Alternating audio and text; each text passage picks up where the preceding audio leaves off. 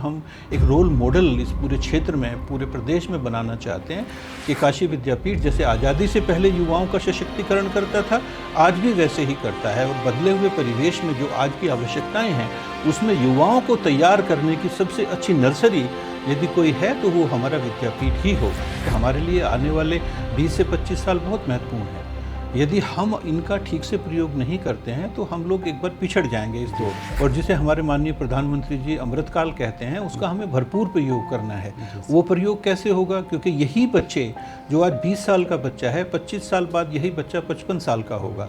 तो निश्चित रूप से जो उसका सबसे मोस्ट प्रोडक्टिव एज है वो यही 20 से 55 साल की है। अब इसका कैसे ज़्यादा से ज़्यादा अच्छे तरीके से इस्तेमाल किया जाए, यही हमारा लक्ष्य है। हम एटम बम से विश्वगुरु नहीं बनना चाहते, पहले थे और आगे भी हमारी ये पूर्ण सोच है कि हम ज्ञान के बल पे ही विश्वगुरु बने। कि महात्मा गांधी जी का एक उद्देश्य था, काशी विद्यापीठ आज भी संज्ञानित है। और हम गरीब बच्चों को, जो हमारे पिछड़े हुए इलाके से आते हैं, जो आदिवासी क्षेत्रों से आते हैं, उनको सुलभ और सस्ती शिक्षा बहुत ही अफोर्डेबल रेट पे हम लोग उपलब्ध करा रहे हैं। ये बेसिकली हमारा एक महत्वपूर्ण पहलू है। जिस तरह कोरोना काल में हमारे अध्यापकों को ट्रेनिंग दी गई, जिस तरह उनको डिजिटल टेक्नोलॉजी से अवगत कराया गया, और उसके बाद बहुत ही द्रुत गति से जिस तरह विश्वविद्यालय को अनेकानेक डिजिटल इक्विपमेंट से इक्विप कराया गया, जो खरीदने की हमें दी गई, उसमें पीएम ऊषा एक महत्वपूर्ण योगदान है।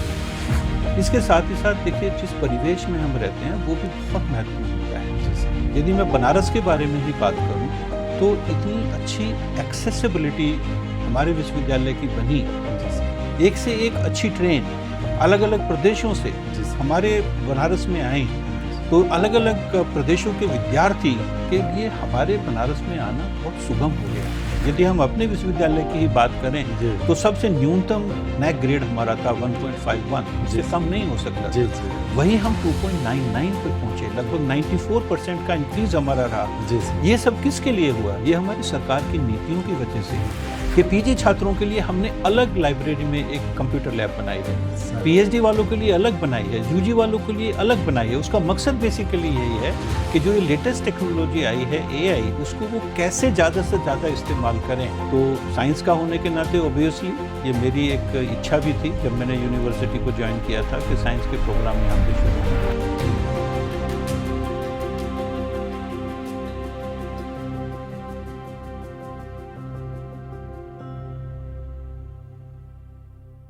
दीक्षांत समारोह किसी भी विश्वविद्यालय के शैक्षणिक जीवन का सर्वाधिक गौरवपूर्ण और ऐतिहासिक अवसर होता है। यह केवल उपाधि प्रदान करने का समारोह नहीं, बल्कि ज्ञान, साधना, अनुशासन और उत्कृष्टता के प्रति विश्वविद्यालय के प्रतिबद्धता का उत्सव है। यह वह क्षण है जब वर्षों की कठिन साधना की एक नई दिशा और नई पहचान प्राप्त करती है।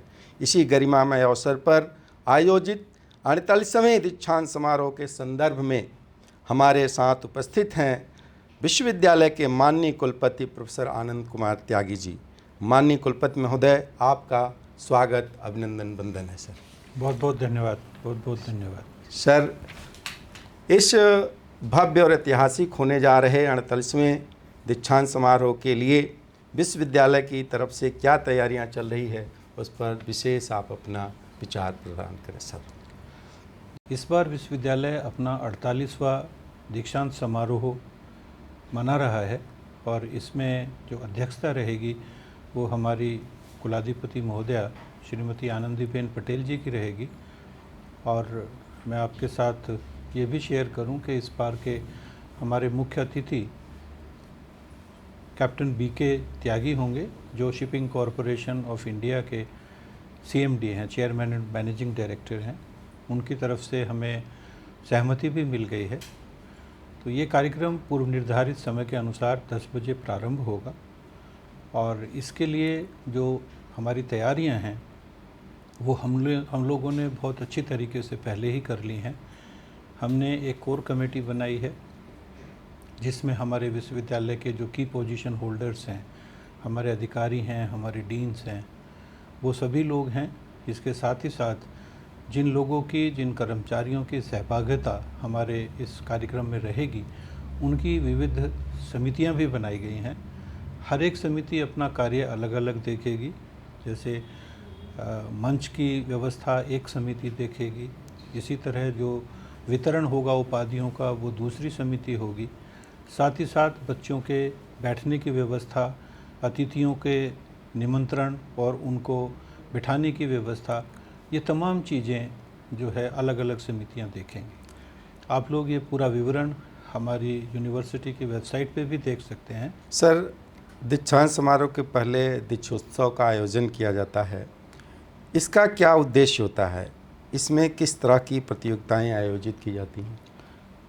दीक्षांत से काफ़ी समय पहले, 4-5 दिन या 6 दिन पहले, एक सप्ताह का हम लोग कार्यक्रम करें और उस कार्यक्रम में विविध गतिविधियां हों, जिसमें कुछ हमारी को करिकुलर भी हो सकती हैं, कुछ खेल संबंधी भी हो सकती हैं, कुछ दूसरी स्किल जैसे गायन, डिबेट इत्यादि से संबंधित भी हो सकती हैं, ताकि बच्चों को ये आकलन करने का मौका मिले कि इस अपने पाठ्यक्रम अवधि के दौरान उन्होंने कौन कौन सी चीज़ें सीखी हैं।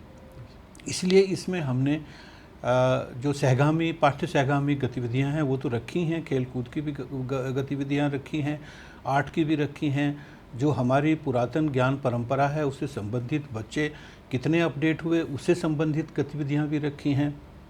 इसी तरह गायन की, चित्रकला की, मूर्ति कला की, ये तमाम चीज़ें जो बच्चे परिसर में आके सीखते हैं उन सब के लिए अलग अलग गतिविधियां रखी गई हैं।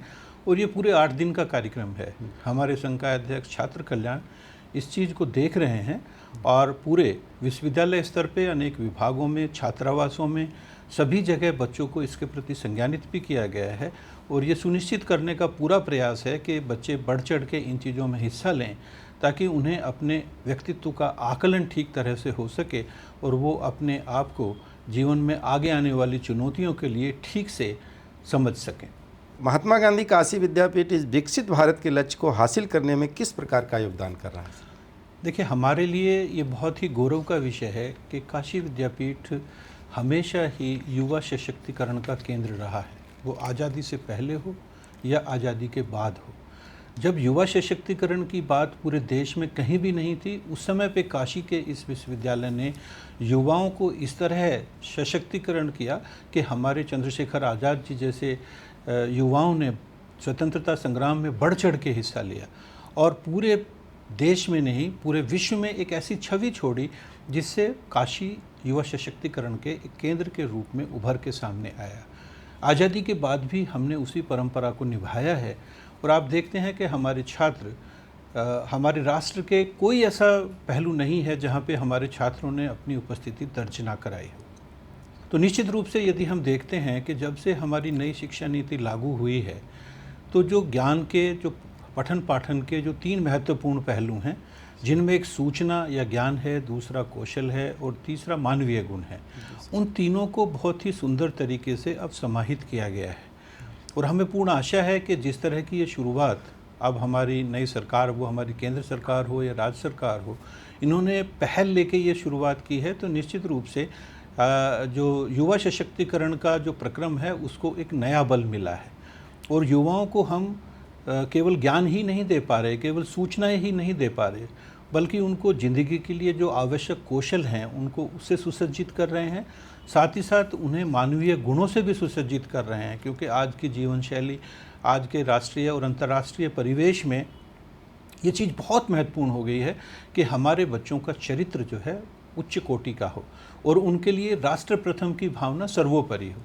तो इसी चीज़ को ध्यान में रखते हुए और बदलते भारत के स्वरूप के साथ कदम से कदम मिलाकर चलते हुए काशी विद्यापीठ ने ये पूरी तरह सुनिश्चित किया है कि विकसित भारत का जो लक्ष्य हमारे माननीय प्रधानमंत्री जी, हमारे मुख्यमंत्री जी बार बार कहते हैं, उसकी तरफ हम जितना सहयोग दे सकते हैं, जितना हम अपना अंशदान दे सकते हैं, उसमें हमारे युवा, हमारे स्नातक बढ़ चढ़ के हिस्सा लें और काशी विद्यापीठ अपने आप को एक बहुत ही इम्पोर्टेंट, बहुत ही महत्वपूर्ण संस्था के रूप में इस देश के स्तर पे, विश्व के स्तर पे स्थापित कर सके। विकसित भारत 2047 की आधारशिला जैसा सम थीम भी रखा गया है सर, तो इस पर विद्यापीठ कैसे अग्रसर है, किस तरह से आगे बढ़ रहा है, इस पर भी थोड़ा सा आप अपना विचार रखें। भारत के पास देखिए ह्यूमन रिसोर्स बहुत है, हमारे पास खनिज भी बहुत हैं, हमारा बहुत बड़ा कोस्टल लाइन है, हमारे पास बहुत सारे माउंटेन्स हैं, मतलब कोई ऐसी चीज़ विविधता नहीं है, भौगोलिक विविधता नहीं है, सांस्कृतिक विरासत नहीं है जो भारत के पास ना हो।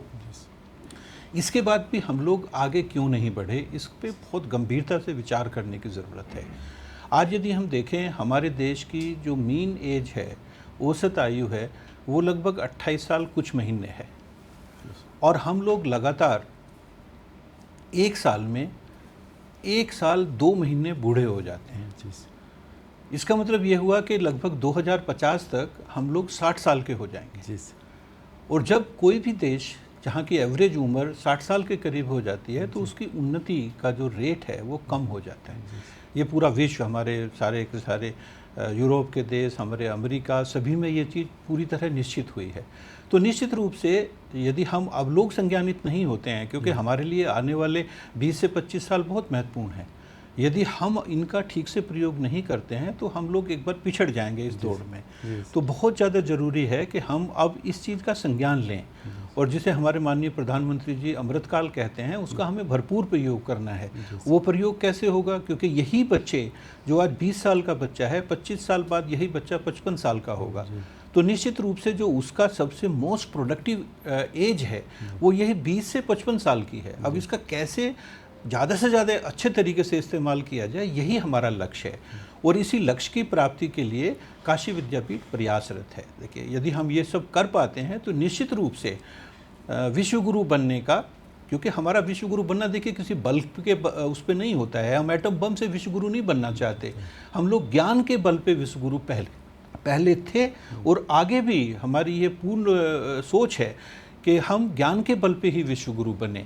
वो तभी संभव है जब हमारा आज का युवा इसके प्रति संज्ञानित होगा और उसे इस बात का आभास होगा कि अगले 20 से 25 साल राष्ट्रहित के लिए कितने महत्वपूर्ण हैं। इसी के लिए हमारा विश्वविद्यालय प्रयासरत है, और हम एक रोल मॉडल इस पूरे क्षेत्र में, पूरे प्रदेश में बनाना चाहते हैं कि काशी विद्यापीठ जैसे आज़ादी से पहले युवाओं का सशक्तिकरण करता था, आज भी वैसे ही करता है, और बदले हुए परिवेश में जो आज की आवश्यकताएं हैं उसमें युवाओं को तैयार करने की सबसे अच्छी नर्सरी यदि कोई है तो वो हमारा विद्यापीठ ही होगा। सर, जैसा हम जानते हैं कि हमारे विद्यापीठ का अपना एक ऐतिहासिक सफ़र रहा है, और इसके अपने दीक्षांत के बहुत से ऐतिहासिक अवसर रहे हैं। उसमें यह जो मेरा 48वां दीक्षांत समारोह होने जा रहा है, उसकी अपनी ऐतिहासिक विरासत के लिए विश्वविद्यालय क्या क्या तैयारियां कर रहा है सर?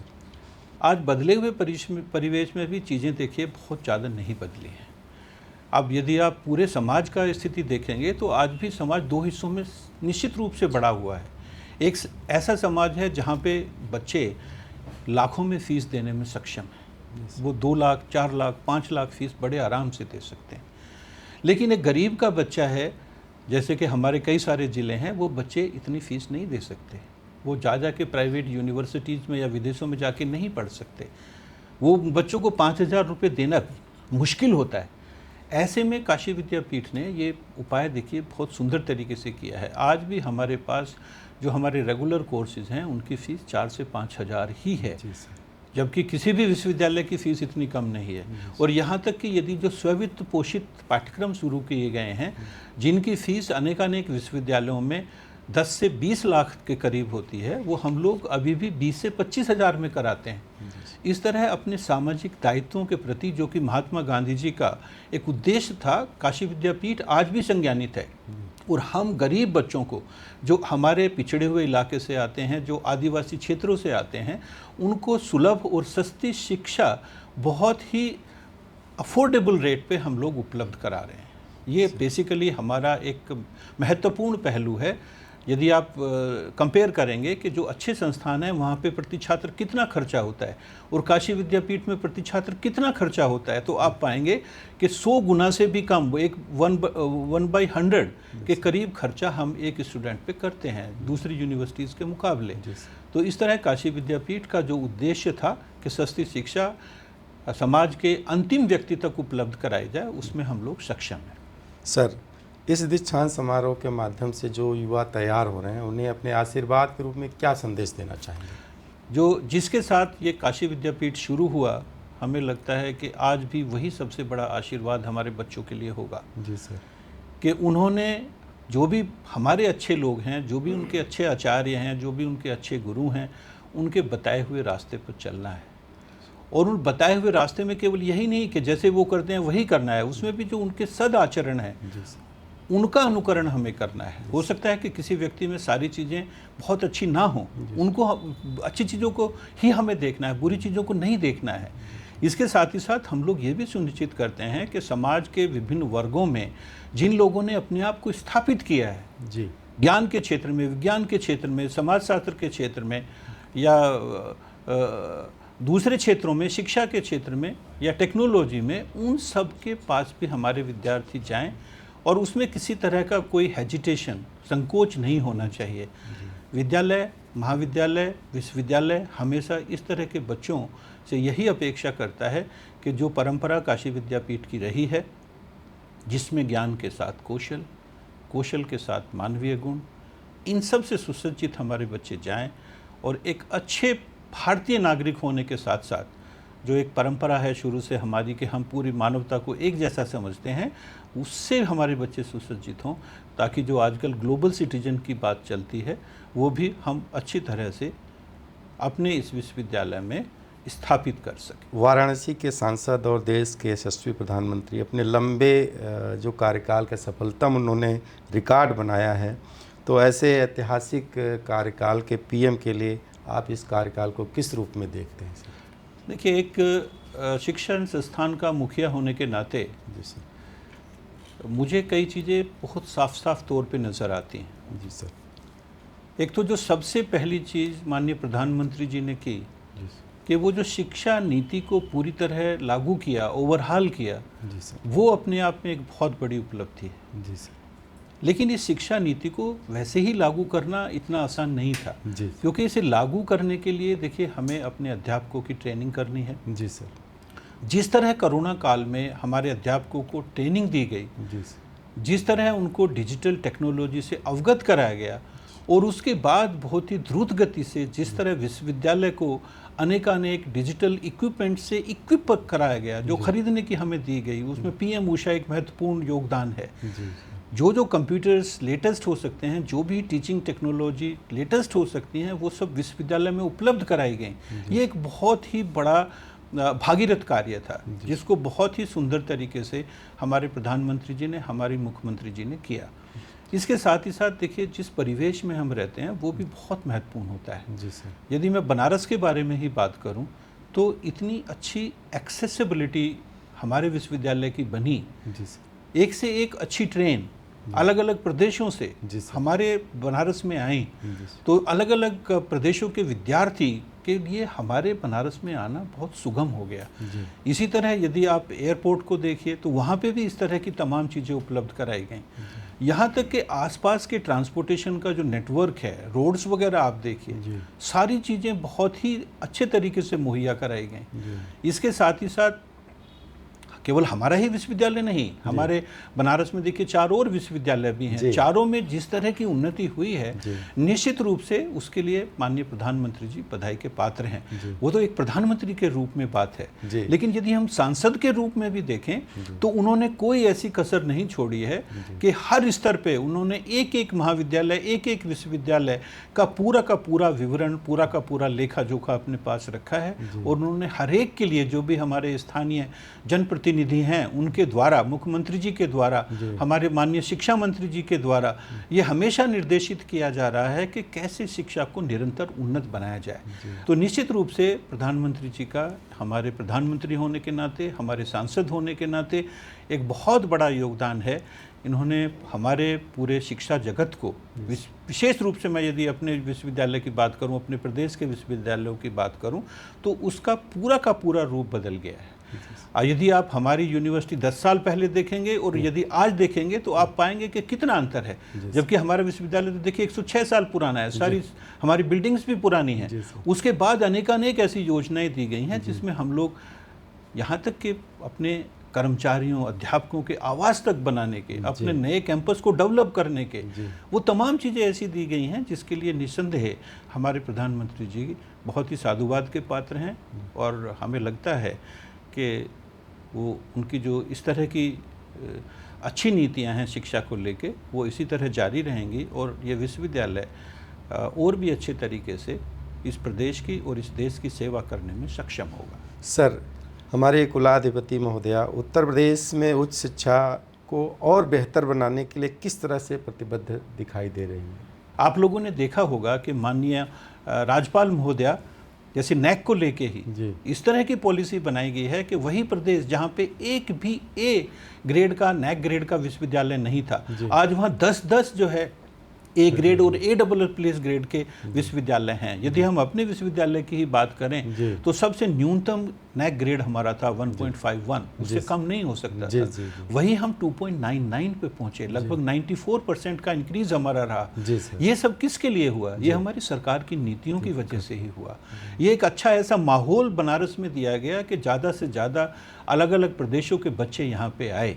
इसी तरह जो दूसरे इनोवेशन किए गए, जिसमें हमारे लाइब्रेरी की किताबों की उपलब्धता है, उसके लिए भी विशेष अनुदान दिए गए। अभी आप देखिए कि हमारे पास बहुत ही रिच बुक बैंक स्थापित किया गया है। इसी तरह लाइब्रेरी का अपग्रेडेशन किया गया है और यहाँ तक कि लाइब्रेरी में यूजी बच्चों, पीजी बच्चों और पीएचडी बच्चों के लिए पढ़ने के लिए अलग अलग से साइबर रीडिंग रूम्स बनाए गए हैं और एक सेंट्रल कंप्यूटर सेंटर तो हमारे पास है ही। तो इस तरह का जो इजाफा हुआ है हमारे इंफ्रास्ट्रक्चर में, डिजिटली हमारी यूनिवर्सिटीज़ को स्ट्रॉन्ग किया गया है। इसके साथ ही साथ जो नेटवर्क की उपलब्धता है पूरे क्षेत्र में, देखिए थोड़ा पिछड़ा इलाका है और कई क्षेत्र हमारे सोनभद्र या मिर्ज़ापुर के ऐसे हो सकते हैं जहाँ पे पहले नेटवर्क नहीं होता था, लेकिन सरकार की नीतियों ने यह सुनिश्चित किया है कि हर बच्चे के पास नेटवर्क हो। इसके साथ ही साथ एक जो दूसरी योजना इन्होंने चलाई जिसमें बच्चों को लैपटॉप या दूसरे डिवाइसेस दिए गए, उससे स्थिति और भी अच्छी हुई है।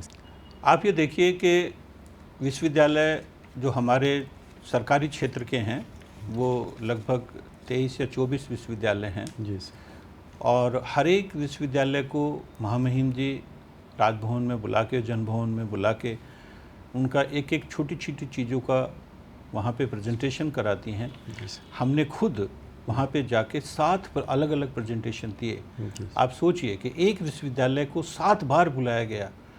अब नेक्स्ट विजिट से पहले अब आप कुल मिला के देख सकते हैं 23 विश्वविद्यालय हैं। यदि वहाँ हर जगह 7-7 जगह गए होंगे तो उन्होंने कितना किया। और उसके बाद आप ये देखिए कि मीटिंग सुबह 11 बजे शुरू करते हैं और शाम 5 बजे तक मैडम खुद बैठे रहते हैं। उनका आप वो देखिए। और एक बहुत अच्छे प्रशासक, एक बहुत अच्छे गवर्नर, एक बहुत अच्छे कुलाधिपति होने के साथ साथ वो एक अच्छे शिक्षाविद भी बन गए। अब उन्हें छोटी छोटी बारीकियाँ पता हैं कि नियम में क्या लिखा है, नैक क्या कहता है, यूजीसी क्या कहता है। उन्हें किसी की सहायता लेने की आवश्यकता नहीं पड़ती। वो सीधे तौर पे बताते हैं कि यूजीसी का ये रूल है, नैक में ऐसा चाहिए, किस क्राइटेरिया में क्या है, वो तमाम चीज़ें उनको खुद को पता है। तो निश्चित रूप से पूरे प्रदेश का जो शिक्षा जगत है वो महामहिम जी का कृतज्ञ है कि उन्होंने जो नया स्वरूप हमें दिया है। अभी मैंने पिछले सवाल के उत्तर में आपको बताया भी था कि अब हमारे पास 10 से ज़्यादा ऐसे विश्वविद्यालय हैं जिनका नैक ग्रेडिंग ए और A++ की रेंज का है, जो कि यहाँ पे तो एक भी पूरा एक भी विश्वविद्यालय नहीं होता था। तो इसलिए उनका तो बहुत बड़ा योगदान है और हमारी पूर्ण आशा है कि उनका मार्गदर्शन उत्तर प्रदेश के विश्वविद्यालयों को ऐसे ही प्राप्त होता रहेगा। आपका साइंस और टेक्नोलॉजी बैकग्राउंड है, आधुनिकतम AI तकनीक को लेकर विश्वविद्यालय के पास क्या शैक्षिक रणनीति है सर? देखिए, AI का जो इम्पैक्ट है वो शिक्षा जगत पे निश्चित रूप से बहुत ही प्रभावशाली है और आप लोगों ने देखा होगा कि इसी डेवलपमेंट के साथ कदम से कदम मिलाते हुए हम लोगों ने इस बार 4 नए पीजी प्रोग्राम मुख्य परिसर में साइंस के ही प्रोग्राम हम लोगों ने शुरू किए हैं, क्योंकि मैं खुद साइंस से आता हूँ। हमारे पास पहले केवल मैथमेटिक्स और स्टैटिस्टिक्स थे, अब हमने फिजिक्स, केमिस्ट्री, जूलॉजी, बॉटनी चारों MSc शुरू की हैं और रेस्पॉन्स भी बच्चों का बहुत अच्छा है। इसी तरह क्योंकि एग्रीकल्चर भी देखिए बहुत महत्वपूर्ण पहलू है हमारा, वहाँ पे भी हमने 5 MSc प्रोग्राम शुरू किए हैं। तो साइंस का होने के नाते ऑब्वियसली ये मेरी एक इच्छा भी थी जब मैंने यूनिवर्सिटी को ज्वाइन किया था कि साइंस के प्रोग्राम यहाँ पे शुरू हों। इसके साथ ही साथ टेक्नोलॉजी में भी देखिए, जैसे हमारे पास कंप्यूटर एप्लीकेशन का केवल 30 सीट होती थी MCA की, हमने BCA की 120 सीट शुरू की हैं, MCA में भी सीट डबल की हैं। इसी तरह BCom में भी हमने रिटेल मैनेजमेंट जैसे कई कोर्स, टूरिज्म के ऊपर जो हमारा टूरिज्म वाला इंस्टीट्यूट है वहाँ पे टूरिज्म के कोर्स, ये तमाम ऐसे कोर्सेज शुरू किए हैं जो कि समाज को आज की ज़रूरत है, वो भी बनारस जैसे शहर में। क्योंकि देखिए यहाँ पे इसे आप मिनी इंडिया समझिए, पूरा भारत लगभग यहाँ रहता है। तो उस हिसाब से हम लोगों ने जो भी हमारे समाज की ज़रूरतें हो सकती हैं, जो जो थ्रस्ट एरिया हो सकते हैं, उन सभी में हमने साइंस और टेक्नोलॉजी की तमाम चीज़ें शुरू की हैं। इसके साथ ही साथ ये भी मैं यहाँ पे शेयर करना चाहूँगा कि जो बच्चे साइंस या टेक्नोलॉजी के नहीं हैं, जैसे सोशल साइंसेस के हैं, लैंग्वेजेस के हैं या ह्यूमैनिटीज़ के हैं, उन बच्चों के लिए भी हमने बेसिक एआई कोर्स कंपलसरी किया है। सर, क्योंकि देखिए बिना एआई के रहना आज के ज़माने में बहुत मुश्किल है। बच्चा किसी भी डिसिप्लिन का क्यों ना हो, एआई एक ऐसा टूल है जो सबके लिए हेल्पफुल हो सकता है, विशेष रूप से शोध छात्रों के लिए। क्योंकि जो काम पहले हम लोग करते थे, जैसे लिटरेचर सर्वे करना है, पहले उसमें 1.5 से 2 साल लग जाता था। अब एआई की हेल्प से वही काम जो है चंद दिनों में हो जाता है। तो ये तमाम चीज़ें उपलब्ध कराई गई हैं। अभी मैंने थोड़ी देर पहले आपको बताया था कि पीजी छात्रों के लिए हमने अलग लाइब्रेरी में एक कंप्यूटर लैब बनाई है, पीएचडी वालों के लिए अलग बनाई है, यूजी वालों के लिए अलग बनाई है। उसका मकसद बेसिकली यही है कि जो ये लेटेस्ट टेक्नोलॉजी आई है एआई, उसको वो कैसे ज़्यादा से ज़्यादा इस्तेमाल करें। स्पेशली शोध छात्र और पीजी के छात्र जिन्होंने प्रोजेक्ट लिखने होते हैं, जिन्होंने डिसर्टेशन बनाने होते हैं, उनके लिए ये चीज़ बहुत ज़्यादा महत्वपूर्ण है। तो वो चीज़ें सारी उपलब्ध करा दी गई हैं और हमें पूर्ण आशा है कि उनका भरपूर प्रयोग भी होगा। ये महात्मा गांधी काशी विद्यापीठ के हमारे माननीय कुलपति जी थे, जिन्होंने मेरे सवालों का बड़े ही साफगोई से, बड़े ही सुंदर शब्दों में, बड़े सरल शब्दों में हमारे सामने रखा। सर, हमें उम्मीद है कि आपके नेतृत्व में विश्वविद्यालय जिस प्रगति और तरक्की पर आगे चल रहा है वह निरंतर चलता रहेगा और हमें इस तरह आपका आशीर्वाद मिलता रहेगा। सर, बहुत बहुत धन्यवाद आप सभी का। ये सब बातें हमारे समाज के अंतिम व्यक्ति तक पहुँचें और विश्वविद्यालय पूरे समाज को, पूरे प्रदेश को, पूरे देश को और अच्छे तरीके से सेवा करने में सक्षम हो, इसी आकांक्षा के साथ मैं आपकी पूरी टीम का एक बार फिर से धन्यवाद देता हूँ। धन्यवाद सर।